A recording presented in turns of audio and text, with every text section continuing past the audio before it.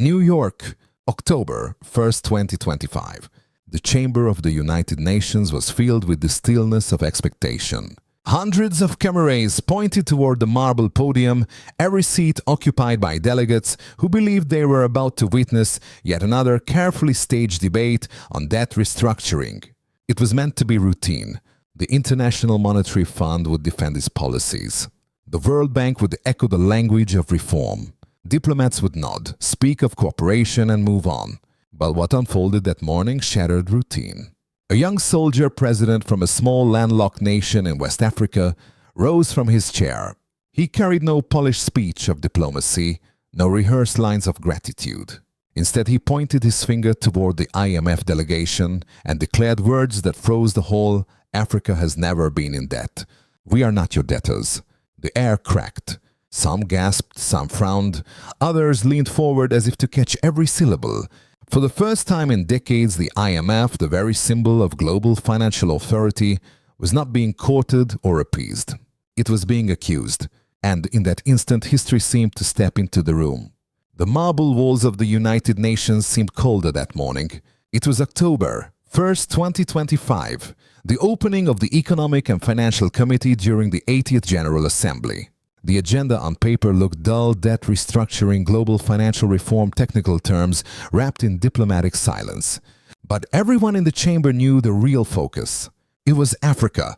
Rows of delegates filed in with polished shoes and guarded faces. The officials of the International Monetary Fund adjusted their papers, prepared to defend their numbers. World Bank representatives rehearsed their phrases of stability and cooperation. From the European Union to the United States, the whispers were the same.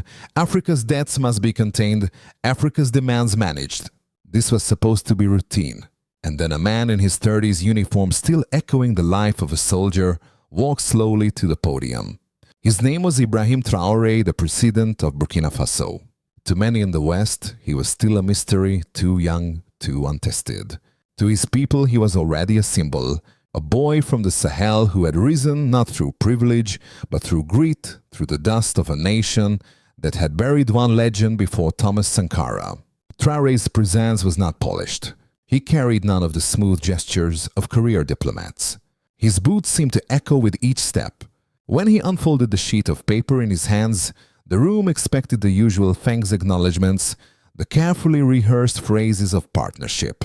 Instead, he looked straight at the IMF delegation, his jaw tight, his eyes burning with something more than anger. Africa has never borrowed dignity. We owe you nothing. It is you who owe us the truth. The chamber froze. Not since Sankara in the 1980s had an African leader dared to strike so directly at the financial powers of the world. For a moment, silence itself was the sound. Then came the murmurs, the shifting of chairs, the raising of eyebrows. Delegates glanced at one another, uncertain whether they had heard correctly. To understand the weight of that moment, one has to know where Traoré came from. Burkina Faso is small, landlocked, often dismissed as peripheral in the maps of global finance. Yet its soil holds gold, its people hold history, and its blood remembers battles against domination. Traoré was born long after Sankara's death, but the memory of Sankara's fiery defiance lived in every street mural, every whispered story. As a soldier, Traoré had risen quickly, not only for his tactical skill, but for his insistence on integrity, his refusal to bow. In 2022, he took the reins of power in Ouagadougou, promising a path of sovereignty, a future unchained from dependency. Many doubted him. The West called him reckless. Some Africans called him too young. But on this October morning in the heart of New York, the world began to see not just a soldier, but a man who would not carry shame on his shoulders. His voice did not waver. He did not blink as he prepared to list what he called the 7 crimes of the IMF. Behind him, African delegations leaned forward, sensing what was about to come. In the galleries above, journalists sharpened their pens. Cameras zoomed in, hungry for the words that might shape headlines across the globe. This was no polite request. This was a public trial of the most powerful financial institution on earth. And yet a question hung heavy in the air: was this courage or suicide? Was this the voice of Africa finally rising, or the outburst of a young leader who did not yet understand the cost of defiance? History was breathing in that hall, and every heart waited for this hammer to fall. He did not ease into his accusations. He did not disguise them with polite language. He lifted the sheet of paper, looked at the men and women who held the world's purse strings, and began his indictment. His voice was steady, but every word cut like steel. First, he declared your debt traps in Ghana and Ivory Coast. Nations forced to borrow against their future, bound in chains of interest. Ghana, still struggling under a $3 billion bailout from 2022, loses nearly a third of its government revenue just to service foreign debt. Ivory Coast owes more than $3.1 billion in IMF obligations. Money that should build schools and roads now flows endlessly to pay creditors abroad. The IMF officials shifted in their seats, but Traoré pressed on. Second, the robbery of Ghana's pride, the cocoa industry. Once the backbone of a nation, now handed to foreign corporations. Farmers who tilled the soil, who carried the nation on their backs, left with crumbs while profits fly overseas. Third, he thundered the cruel cuts to social services in Senegal and Mali. IMF conditions demanded governments shrink their budgets for health and education. As a result, hospitals without medicine, classrooms without teachers. According to ActionAid, 97% of health workers say their wages can no longer cover basic needs. And children go hungry. So spreadsheets in Washington can balance. A murmur rippled across the hall, but Traoré would not be silenced. Fourth, Nigeria. The year 1986. The IMF demanded the collapse of the naira. Overnight, the currency fell, prices soared, inflation devoured families. The middle class disappeared. Mothers wept as food slipped from their tables. Students filled the streets in 1989 crying, "SAP must go." But the IMF looked away, counting figures, while a nation bled. His hand trembled slightly as he turned the page, but his voice only grew sharper. Fifth, Liberia and Sierra Leone. Loans poured in even as corruption rotted the governments. Ordinary citizens saw nothing. They inherited mountains of debt without a single step forward in development. You fed the corrupt and left the people starving. Sixth, my own country, Burkina Faso. Under your guidance, we were told to export raw gold rather than build industries of our own. The profits went abroad. Our people stayed poor. We were left as miners for others, not masters of our destiny. Seventh, Niger. Forced to open its most strategic sectors, electricity, telecommunications, to foreign control. In exchange for survival, the nation lost sovereignty. You call it reform. We call it theft. Each point landed heavier than the last. Delegates from Africa leaned forward, their faces alight with recognition, with anger long buried. IMF officials avoided eye contact, papers shuffled nervously. The cameras drank in every second. Then came the crescendo. This, Traoré said, raising his voice so that even the farthest corners of the chamber shook, is not about money. This is about honor. This is about the dignity of Africa. We will not be judged by balance sheets. We will not be chained by debts we did not create. We stand not as beggars but as free people. For a heartbeat the hall was frozen. Then thunder. Applause erupted, rolling like a wave across the chamber. Delegates rose from their seats, clapping, some shouting. African representatives smiled, nodded, some even wept. In the IMF section, silence hung like a shroud. At that moment, it felt less like a speech and more like a trial. The IMF was the accused and the world was the jury. And as the cameras broadcast his words into homes, radios, and phones across Africa, one truth became clear. This was no routine statement. This was a declaration of war for dignity, war for sovereignty, war for the soul of a continent. The thunder of applause carried beyond the marble walls of the United Nations. It spilled into the corridors, down the streets of New York, and across the oceans to radios, televisions, and glowing phone screens in Africa. In Ouagadougou, markets fell silent as traders leaned toward their radios.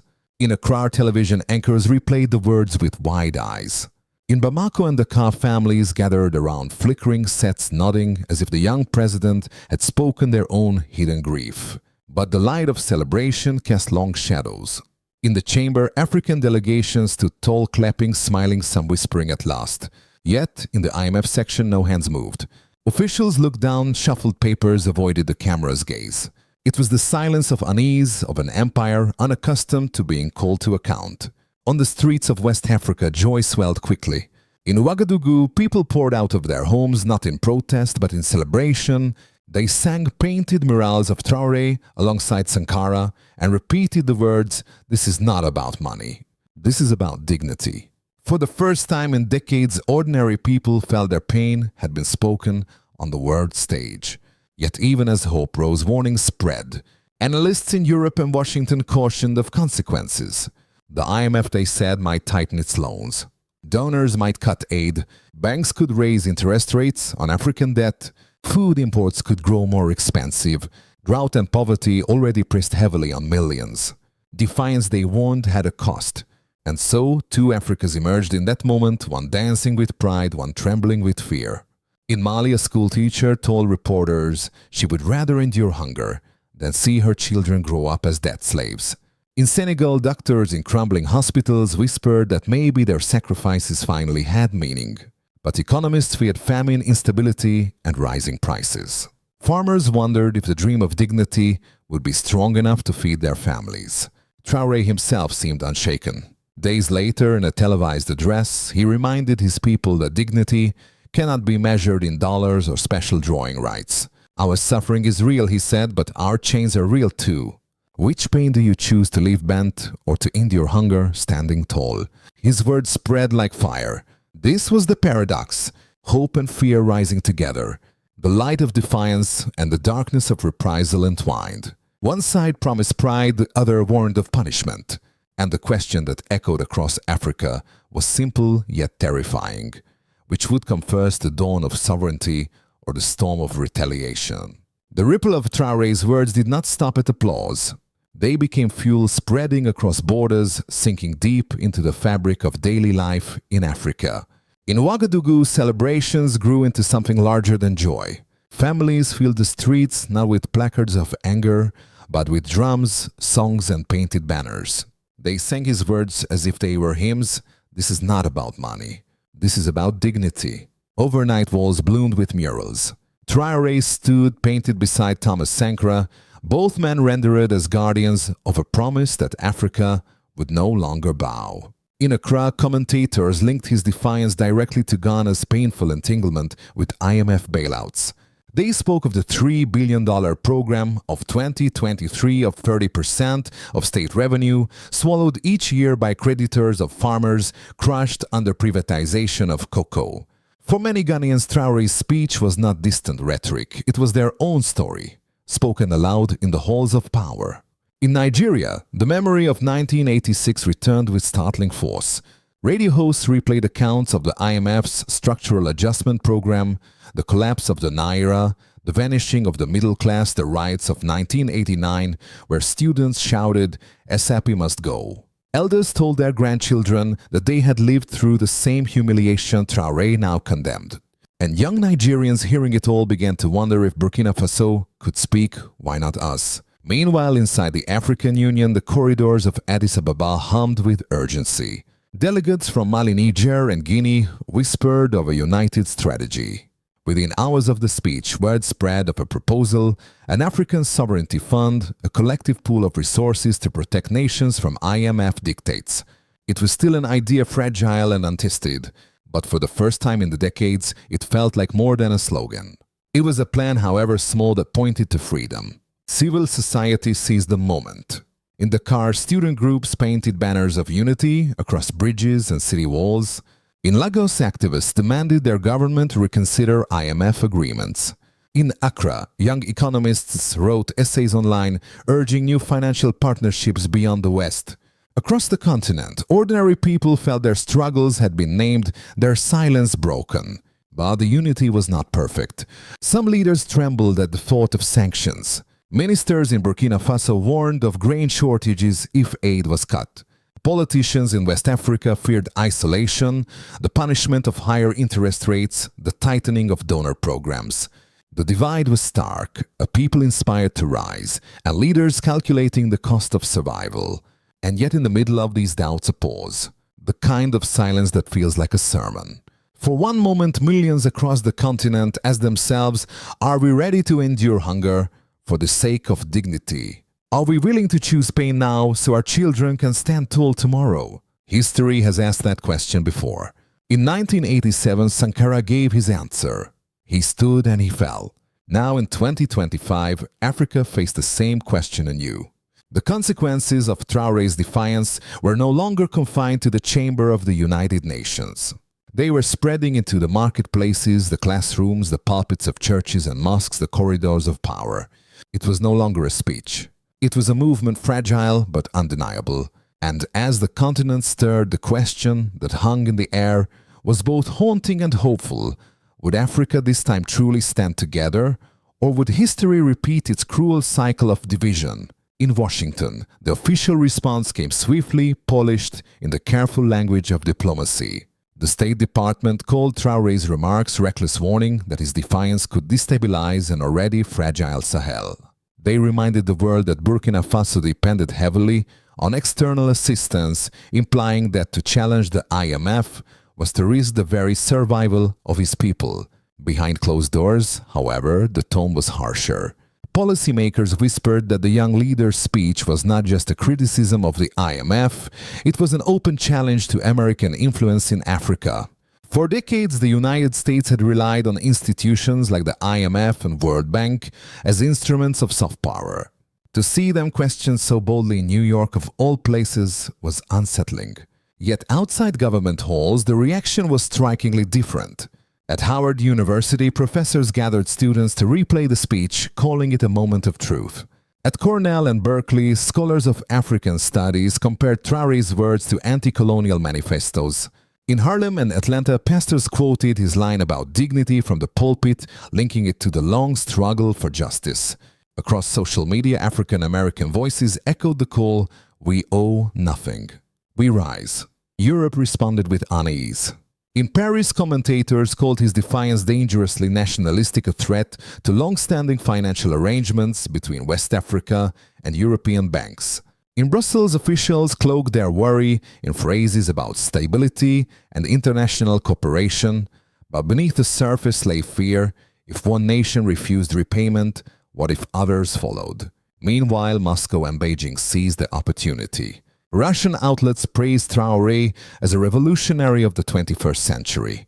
Chinese state media contrasted IMF austerity with Beijing's infrastructure projects, framing themselves as Africa's true partner. And in the global south, admiration blossomed. Activists in Latin America recalled their own battles with foreign debt. Commentators in Asia noted the courage of a small nation confronting the giants of finance. It is important to say here, some of these reactions are reported by journalists, others voiced by activists, and not every detail has been independently verified. The story of this speech is already layered with interpretations and projections. But one truth is beyond dispute: Traoré's words divided the world. Western capitals worried, the East celebrated, and across the global South, millions felt perhaps for the first time in decades that Africa was speaking with a voice the world could not ignore. What happens when a single speech cracks the facade of global finance? In the days after October 1st, that question echoed not only in African capitals, but in Washington, Paris, Moscow, and Beijing. The world had seen defiance before. It had seen bold declarations fade like smoke. But this time something was different. Within a week, delegations from Mali, Niger, and Guinea hinted that they might suspend negotiations with the IMF until new terms could be agreed upon. For the first time in decades, multiple African nations spoke with one voice. In Addis Ababa, the African Union convened a special session where leaders quoted Traoré's words about honor and dignity. Some proposed a resolution to establish a sovereignty fund, a financial safety net designed to free the continent from dependence on IMF loans. It was only a talk, but it was talk with weight because it carried the spark of possibility. Meanwhile, in Washington, officials fretted over credibility. The IMF was not just a lender, it was a pillar of Western influence. If Burkina Faso's defiance inspired others, the very architecture of global finance could tremble.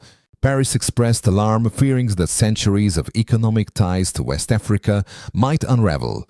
For once, the whispers in Western corridors were not about Africa's weakness, but about Africa's will. Moscow and Beijing wasted no time. Russian diplomats offered to host a summit on African debt alternatives. Chinese officials hinted at expanded credit lines through new development banks. They painted themselves as partners without conditions, eager to fill the gap if Africa broke from Western control.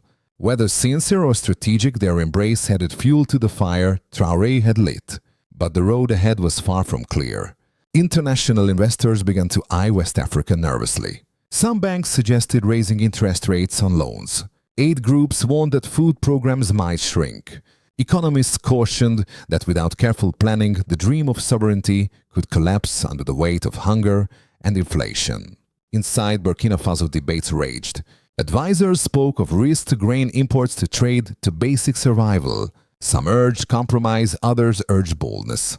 Yet Traoré remained unmoved. On national television, he looked straight into the camera and told his people, "This fight is larger than numbers on a balance sheet. This fight is for our self-respect." And the people believed him. Women in marketplaces said they were ready to endure hardship if it meant freedom. Teachers who had gone unpaid said their suffering finally had meaning. Even soldiers at checkpoints repeated his words with pride. A fragile but undeniable sense of shared purpose was taking root. The future stretched in two directions. One path led to unity, to an Africa that could build its own institutions, draw strength from its people, and ride a new financial order. The other led to division, isolation, and the crushing weight of retaliation. Which path would prevail, no one could yet say. But one truth was certain: dignity had become a currency of its own. And in the hearts of millions, it was worth more than gold. The world will remember that morning in New York. Not as a routine session of the United Nations, not as another debate over numbers and debt, but as the day a young soldier president stood and declared a continent's dignity. Ibrahim Traoré's words were more than rhetoric. They were a vow. We do not ask permission to be free. We have risen to claim it. Across Africa, those words have already taken root. In the laughter of children repeating them like proverbs, in the murals painted under the night sky, in the sermons of pastors and imams, in the quiet determination of mothers who said they would rather endure hardship than pass down chains. For decades, Africa's story in the global arena has been told as crisis, dependency, despair. But on October 1st, 2025, the story shifted. A continent stood taller. Yet the struggle is not over. Hunger still stalks the Sahel. Death still looms like a shadow. And the powers Traoré defied are not finished. They will respond. They always do. The question is no longer whether they will push back. The question is whether Africa this time will stand together. If you were there, if you could look into his eyes that morning, what would you say? Would you tell him to bow? Or would you whisper the same words of Sankara, of every freedom fighter before him? Stand tall. Do not bend. This is your moment too. Write it in the comments. One word, one vow, dignity. Rise. Africa forward. Let the world know where you stand. And if this story stirred something in your heart, don't just walk away. Subscribe, share, and join us on this journey. Because history is not finished, and the next chapter is ours to write.